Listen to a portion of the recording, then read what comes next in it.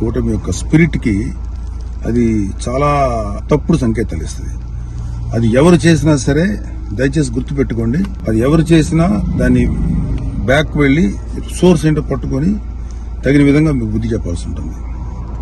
ఇది చాలా కష్టపడి పవన్ కళ్యాణ్ గారు, చంద్రబాబు నాయుడు గారు, అటు పక్కన మోడీ గారు, ఇటు పక్కన పురంధరేశ్వరి గారు బీజేపీ నుంచి కష్టపడి తయారు చేసిన ఒక అద్భుతమైనటువంటి కూటమి. ఈ కూటమి స్పిరిట్కి ఎవడైనా సరే ఎఫెక్ట్ అయ్యేలాగా రాతలు రాస్తే మాత్రం చాలా తీవ్రమైనటువంటి చర్యలు తీసుకోవాల్సి ఉంటుంది. దయచేసి కూటమికి సంబంధించిన పార్టీలకు సంబంధించినటువంటి అందరి కార్యకర్తలకు రిక్వెస్ట్ ఏంటంటే, ఇలాంటి విషపురాతల్ని దయచేసి ఎవరు నమ్మకండి. ఖచ్చితంగా ఒక మాట చెప్పగలను, ఇలాంటి రాతలు రాయించేది వైసీపీ ప్రేరేపితమైనటువంటి కొంతమంది వ్యక్తులు తోటి రాయించబడినటువంటిది.